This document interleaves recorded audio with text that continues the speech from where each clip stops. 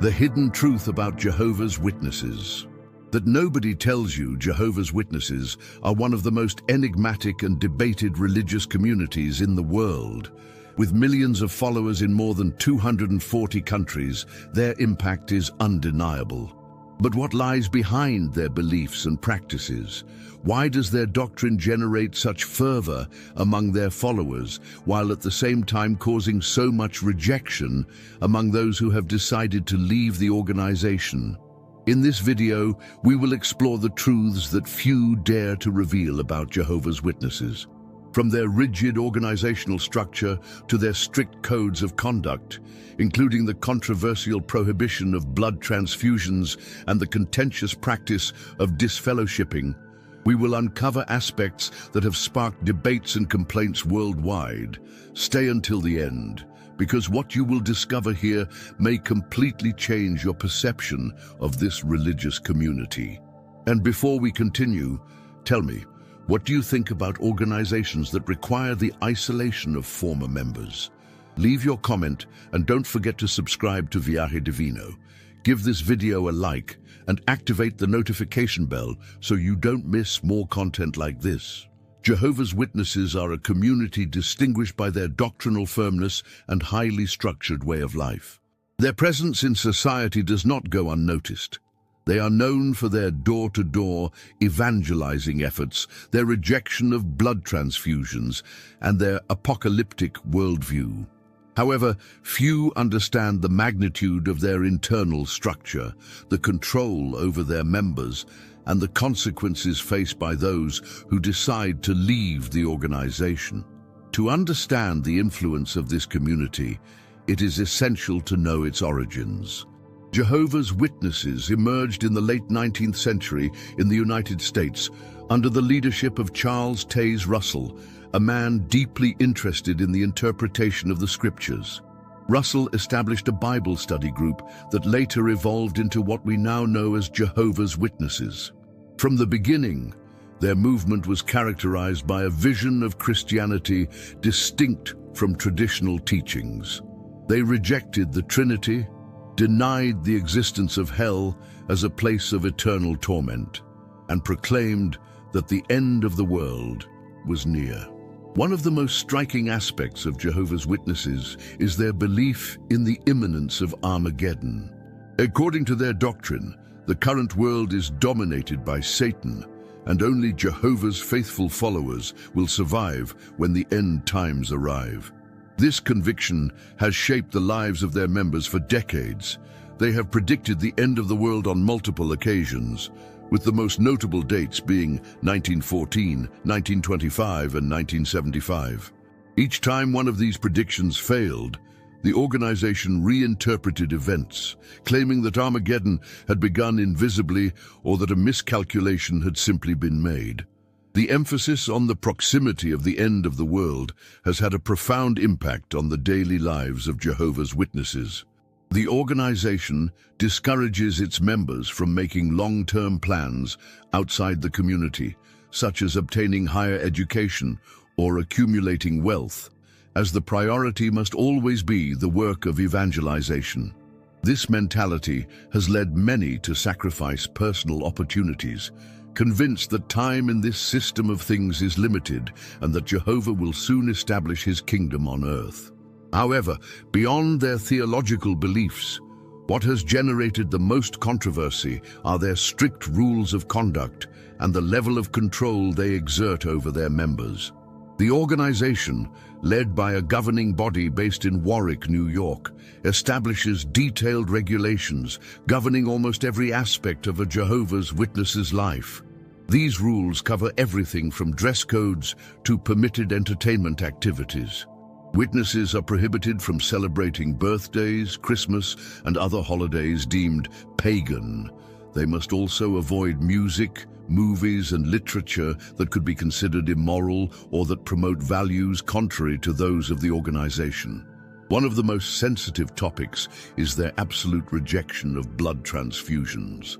Based on interpretations of Bible verses such as Leviticus 17:10-14 and Acts 15:29, Jehovah's Witnesses believe that receiving blood even in life or death situations, is an act forbidden by God.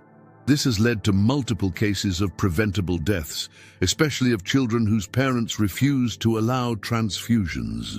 Although the organization promotes bloodless medical alternatives, the refusal to receive such treatment has been the subject of intense ethical and legal debates in various countries. Another aspect that has generated strong criticism is the practice of disfellowshipping, also known as expulsion or shunning. When a Jehovah's Witness violates the organization's rules or voluntarily decides to leave the faith, they are subjected to a severe punishment. All contact with them is severed. Members of the community, including close family members and lifelong friends, are prohibited from speaking to them. For many former members, this experience is devastating. Parents stop talking to their children, siblings ignore each other, and marriages dissolve as a result of this policy. The organization's argument is that this practice is necessary to maintain spiritual purity and protect the community from negative influences. However, psychologists and experts in cults have pointed out that shunning is an extreme form of social control that causes deep emotional trauma for those who experience it. Loneliness, depression, and, in some cases, suicide are among the consequences faced by disfellowshipped individuals. Over the years, Jehovah's Witnesses have also been the subject of serious allegations regarding the cover-up of abuse within the organization. In various countries, investigations have revealed that cases of child abuse have been handled internally without being reported to the authorities. The organization's internal policy requires the presence of 2 witnesses for an abuse allegation to be considered valid, which in most cases makes it impossible for victims to obtain justice. Restrictions on higher education are also a topic of debate. Although attending university is not explicitly prohibited, the organization discourages its members from pursuing higher studies. In their publications and speeches, they warn that university education exposes young people to worldly influences and promotes a lifestyle focused on personal success rather than devotion to Jehovah. As a result, many Jehovah's Witnesses limit their education to manual or technical jobs, which can affect their career opportunities and financial independence. Despite all these controversies, it is undeniable that Jehovah's Witnesses maintain a united and organized community. Their members find a strong sense of belonging and mutual support within the congregation. They are known for their discipline, work ethic, and dedication to evangelization. For them, following the rules established by the governing body is not an imposition, but a demonstration of loyalty and faith. The question that then arises is, what leads a person to become a Jehovah's Witness, and what happens when they decide to leave? Many people join the organization in search of spiritual answers, stability, and a sense of purpose in life. However, once inside, they discover that their freedom of thought and decision-making is limited by a highly hierarchical system that does not allow questioning. Leaving the organization is not an easy decision. Most former members face the fear of isolation, the loss of their loved ones, and the difficulty of reintegrating into society after spending years or even their entire lives within the community. Some successfully rebuild their lives, while others remain trapped in a limbo of guilt and confusion. What is clear is that Jehovah's Witnesses are a community that generates both admiration and controversy. For some, they are an example of faith and devotion. For others, they represent an oppressive system that limits individual freedom. But this is just the beginning. There are still many truths to be revealed about this organization and its impact on the lives of millions of people. Jehovah's Witnesses have built a system based on absolute obedience to the organization. To understand their internal structure, it is essential to analyze how their congregations are organized, how their hierarchy functions, and what role the governing body, the group of men who set the rules for the entire community, plays. The governing body is the highest authority within Jehovah's Witnesses. It is composed of a small number of elders who reside at the world headquarters in Warwick, New York. They present themselves as the only legitimate interpreters of God's will on earth, granting them absolute power over millions of followers worldwide. Every decision they make, every rule they establish, is considered as if it came directly from Jehovah, meaning that any disagreement or criticism is seen as a rebellion against God himself. The organization's control over its members extends to the most intimate aspects of personal life. Not only do they regulate dress, music, and entertainment, but they also oversee the type of friendships believers can have and what kind of information they can consume. One of the strictest rules is to avoid any material critical of the organization. Jehovah's Witnesses are constantly warned about the danger of reading books, watching documentaries, or even listening to testimonies from former members, as they are told that these sources are influenced by Satan and seek to lead them away from the truth. Surveillance within the community is strict. Each congregation has a group of elders who act as overseers, ensuring that all members comply with the rules. If a Jehovah's Witness is caught violating a rule, whether by attending a prohibited celebration, watching an inappropriate movie, or even maintaining friendships outside the organization, they may be summoned to a judicial committee. These committees are composed of a group of elders who interrogate the accused in a private and closed process where the presence of lawyers or external witnesses is not allowed. Depending on the offense committed, penalties may vary. In some cases, the accused is reprimanded and required to show repentance. But if the sin is considered serious, or if the person does not display the expected level of remorse, they may be disfellowshipped. Disfellowshipping is, in essence, a total sentence of ostracism. All members of the community, including close family and friends, must cut off all contact with the disfellowshipped individual. This practice has been one of the most criticized in society. Former members often describe disfellowshipping as a form of social death, as they instantly lose their entire support network. There are countless stories of parents who stop talking to their children, siblings who completely ignore each other, and marriages that end in divorce after one spouse is expelled. The organization justifies this measure as a way to protect the community from negative influences and to motivate the disfellowshipped person to repent and return to the faith. However, studies have shown that the psychological impact of this practice can be devastating. Former members have reported symptoms of depression, anxiety, and, in extreme cases, suicidal thoughts due to the feeling of total isolation.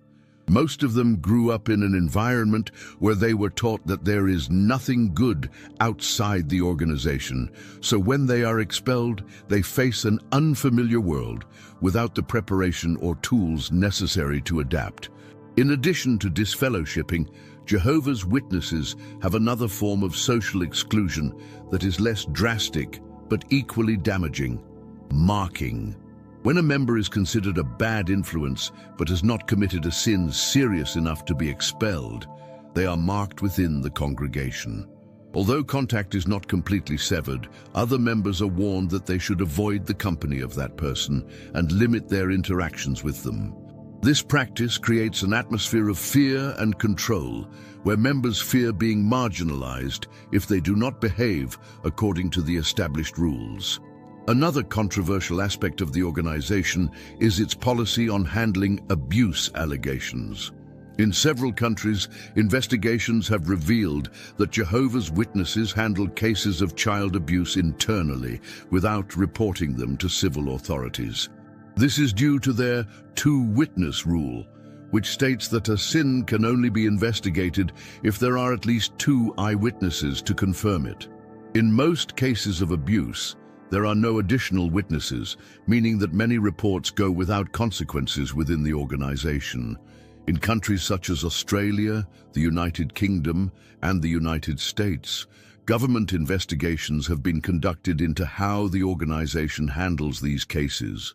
In Australia, the Royal Commission into Institutional Responses to Child Sexual Abuse revealed that Jehovah's Witnesses had documented more than 1,000 cases of abuse over the past 50 years, none of which had been reported to the police. This has led to lawsuits and legal sanctions against the organization, but their stance remains the same. Internal issues should be resolved within the community and not involve worldly entities. In addition to these scandals, there are other restrictions within the community that affect the daily lives of Jehovah's Witnesses. One of them is their negative view of higher education. Although they do not outright ban young people from attending university, the organization constantly discourages this option, warning that secular education can lead them away from the faith and expose them to negative influences. They promote the idea that instead of pursuing academic degrees, believers should focus on jobs that allow them more time to preach and serve in the congregation.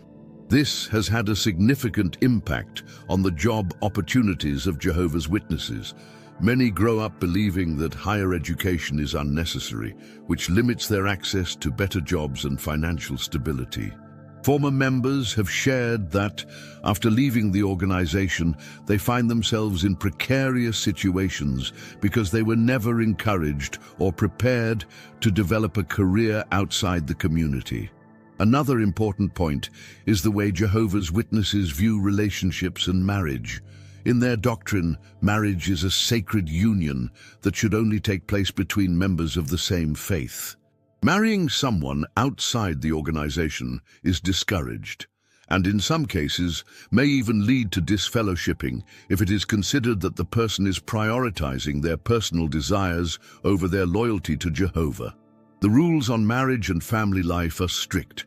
It is taught that the husband is the head of the family and that the wife must submit to his authority, following a hierarchical model based on their interpretation of the Bible. Additionally, divorce is only permitted in cases of adultery. If a person wishes to separate for any other reason, the congregation will pressure them to remain in the marriage, even if there is emotional abuse or irreconcilable incompatibility. Within this structure, the role of women is particularly limited. They are not allowed to hold leadership positions within the congregation, nor can they lead prayers in the presence of men. Although they can participate in evangelizing work and teaching activities, their authority is always subordinate to that of men within the organization. Despite these restrictions, Jehovah's Witnesses maintain an image of a strong and united community. For those inside, the congregation represents a safe refuge in a world they consider corrupt and in decline. However, the price of belonging to this group is high. The renunciation of individuality, the restriction of personal freedoms, and the unconditional acceptance of a system that does not allow questioning. But there is still more to discover about the influence of this organization and the stories of those who managed to leave it. Over the years, Jehovah's Witnesses have built a system based on obedience and strict discipline. For members of the organization, this framework of rules is seen as a way to remain spiritually pure and in harmony with Jehovah's will. However, for those outside, or those who have been expelled, these rules may be perceived as a form of control that limits individual freedom and the ability to question. One of the most important pillars of their structure is door-to-door preaching. This method is one of the most characteristic activities of Jehovah's Witnesses and is based on their interpretation of Matthew 24:14, which states, "And this good news of the kingdom will be preached in all the inhabited earth for a witness to all the nations." Following this premise, Jehovah's Witnesses devote a significant amount of their time to visiting homes with the purpose of spreading their message. What few people know is that this activity is not optional. From the moment a person is baptized as a Jehovah's Witness, they are required to actively participate in preaching. Each member must record the time they dedicate to this work and submit monthly reports to the congregation elders. Those who do not meet these expectations may be seen as spiritually weak, and in some cases are reprimanded or pressured to increase their commitment to the organization. For many followers, preaching is a heavy burden. It is common for them to face rejection, insults, or even threats when knocking on doors, which has a significant psychological impact, especially on children and teenagers who are forced to participate. However, the organization teaches that this sacrifice is necessary to demonstrate loyalty to Jehovah, and that any suffering they experience is a test of their faith. The concept of sacrifice is central to the doctrine of Jehovah's Witnesses. They are instilled with the idea that they must put Jehovah and the organization above everything, even their own personal aspirations.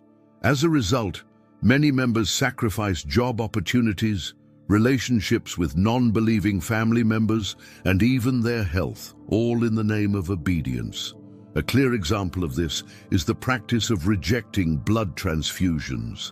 As previously mentioned, Jehovah's Witnesses interpret Leviticus 17:10-14 and Acts 15:29 as a complete prohibition against the use of blood, even in critical medical situations.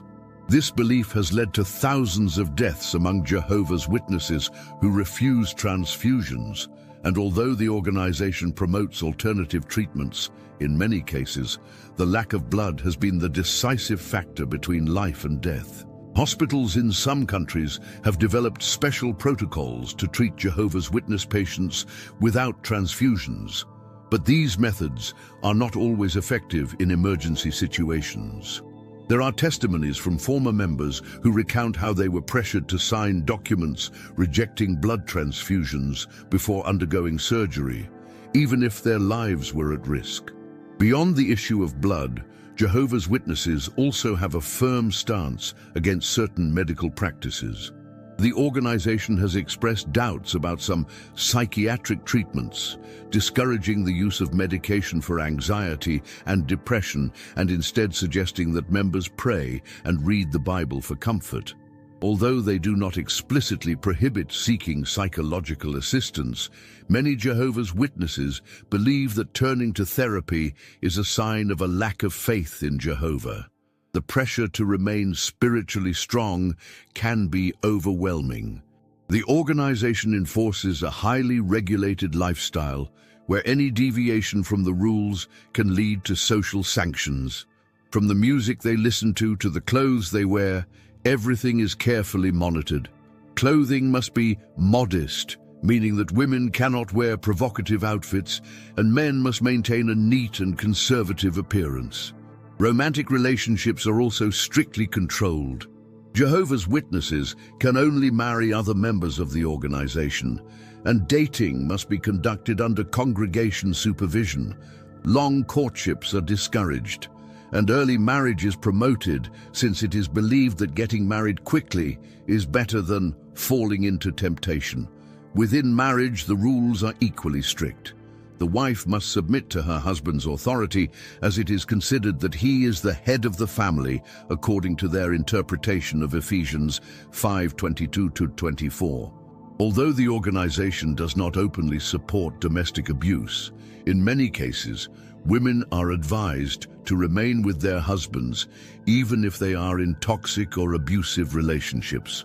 Divorce is only permitted in cases of adultery, meaning that any other reason, including emotional or physical abuse, is not considered a valid reason to separate.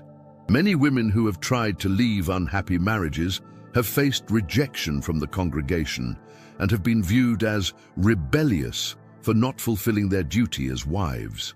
Another highly controversial point is the way the organization treats young people.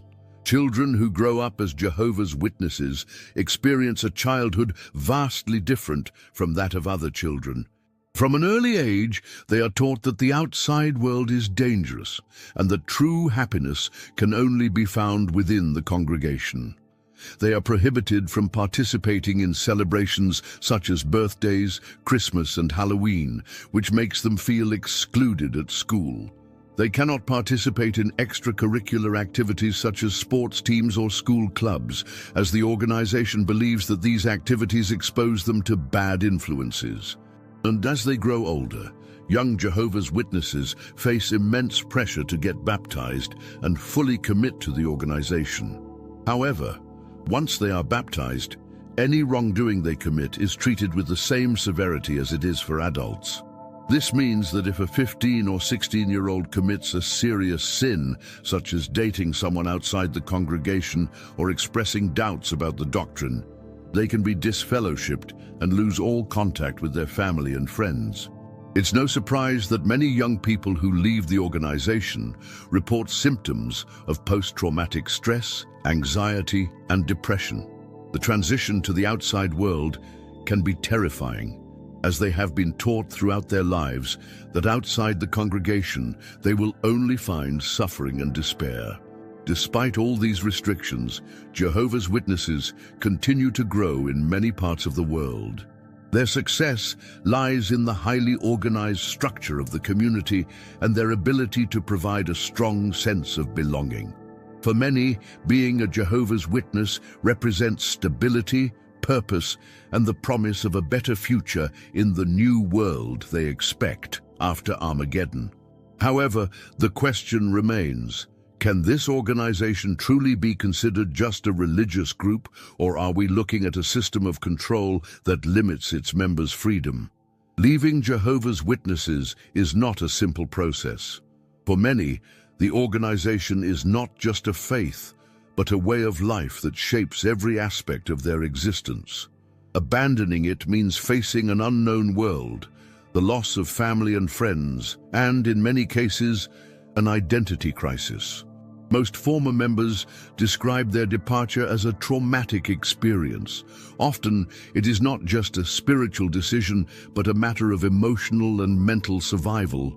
Many witnesses begin to question the organization when they notice contradictions in doctrine, suffer injustices within the congregation, or are forced to choose between their beliefs and their well-being. One of the most common testimonies among former members is the moment when they realize that their world is based on fear.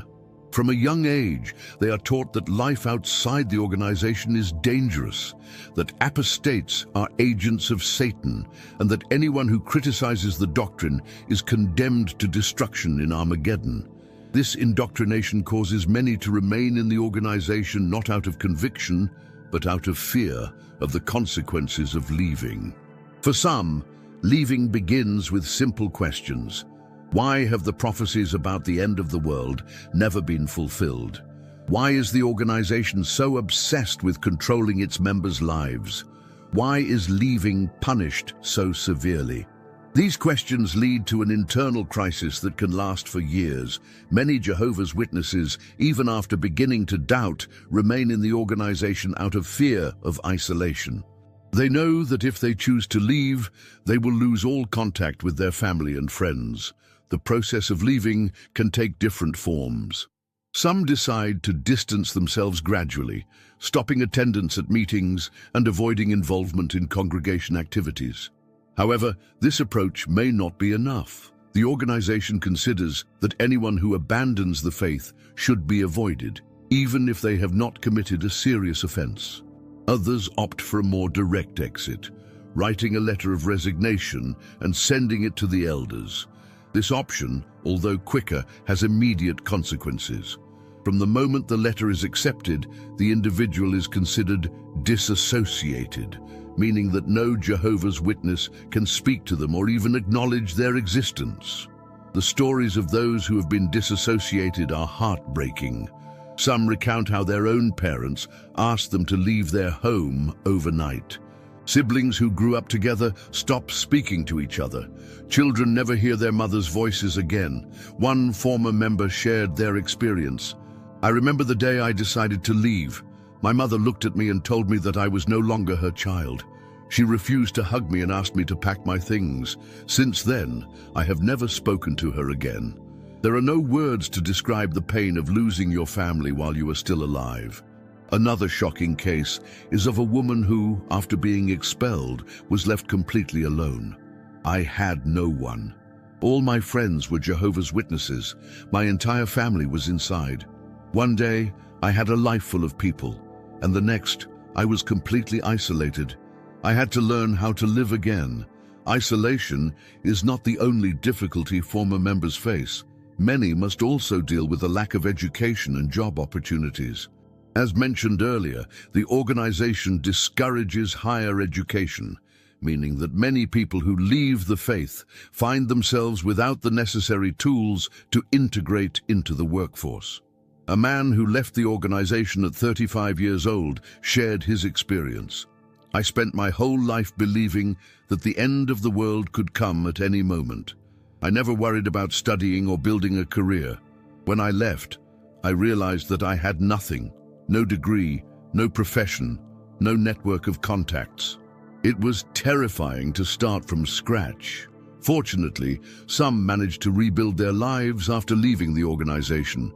There are support groups in different parts of the world formed by former Jehovah's Witnesses who help those going through the exit process. These groups offer psychological help, legal advice, and most importantly, a community that understands what they are going through. Many former members find a new purpose in these groups. They discover that there is life beyond the organization and that they can build meaningful relationships outside of it. However, the process is not easy and takes time. Another important factor is the reconstruction of identity. For someone who has grown up in the organization, leaving it means redefining who they are. Their identity had always been tied to being a Jehovah's Witness. Now, they must find a new purpose and a new sense of belonging. Some former members turn to other forms of spirituality, while others prefer to distance themselves from religion altogether. What they all have in common is the need to relearn how to live without the constant fear of divine punishment. Despite the challenges, many people who have left the organization say they have never felt more free. One man who spent 40 years as a Jehovah's Witness described his experience. "For the first time in my life, I can think for myself. I can read whatever I want, talk to whoever I want, and make my own decisions. It took me a long time to realize that I didn't need an organization to tell me how to live." However, the struggle of former members does not end when they leave. In many countries, Jehovah's Witnesses continue to be a powerful organization with great influence in their communities. Despite reports of cover-ups of abuse, ostracism, and social control, the organization continues to expand and attract new followers. Some governments have begun taking measures against certain practices of the organization. In Russia, for example, Jehovah's Witnesses have been banned and classified as an extremist organization. In other countries, fines have been imposed for failing to report child abuse cases.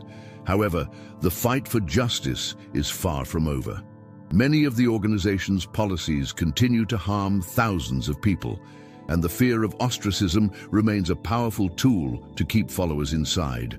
Despite everything, more and more people are starting to speak out about their experiences within the organization.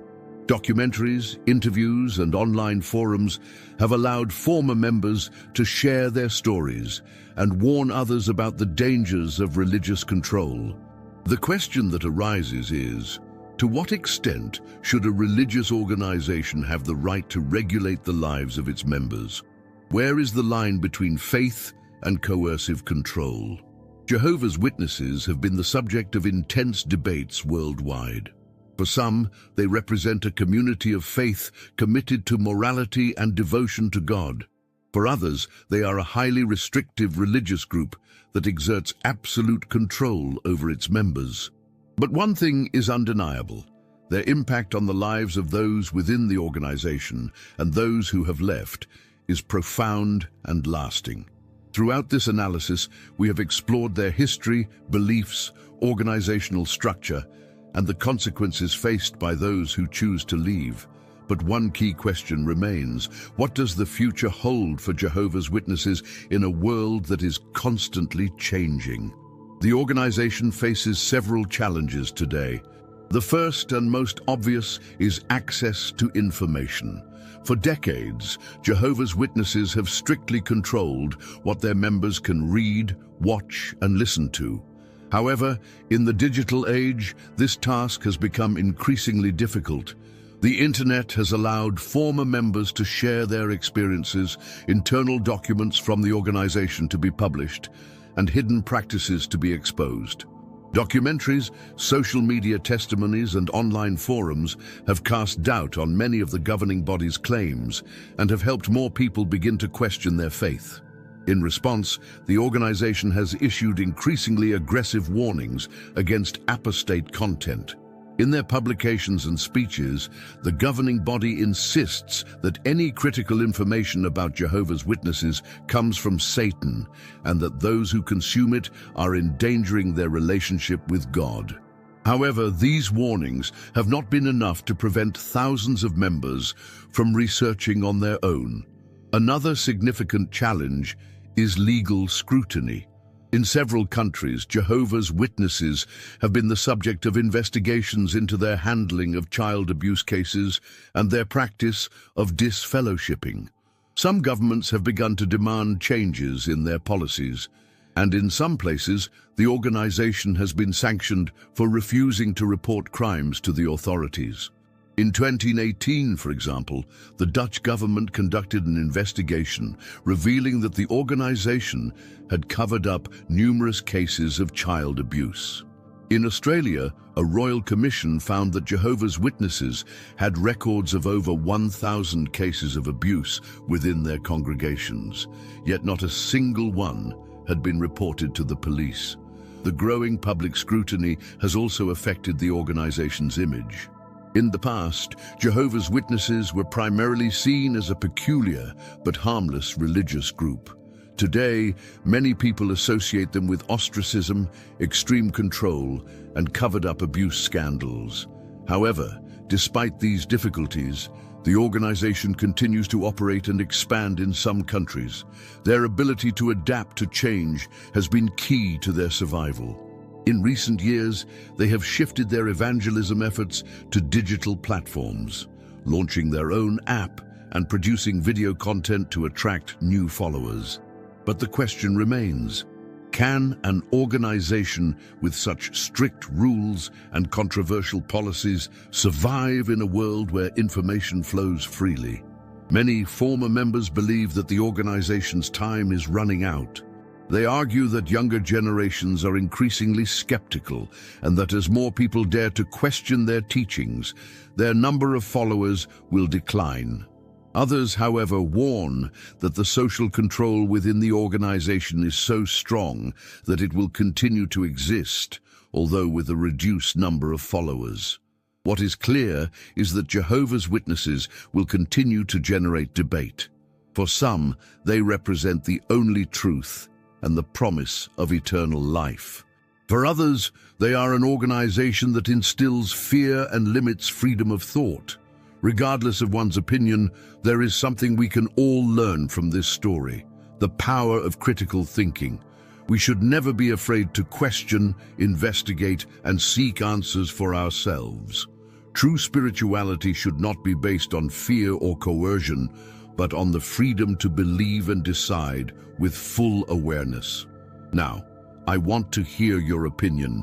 Do you think Jehovah's Witnesses are a legitimate faith community or an organization that imposes control over its members? Have you had any experiences with them? Leave your comment. I'd love to read it. If you found this analysis interesting, don't forget to give it a like, subscribe to Viaje Divino, and activate the notification bell so you don't miss more content like this. See you in the next video.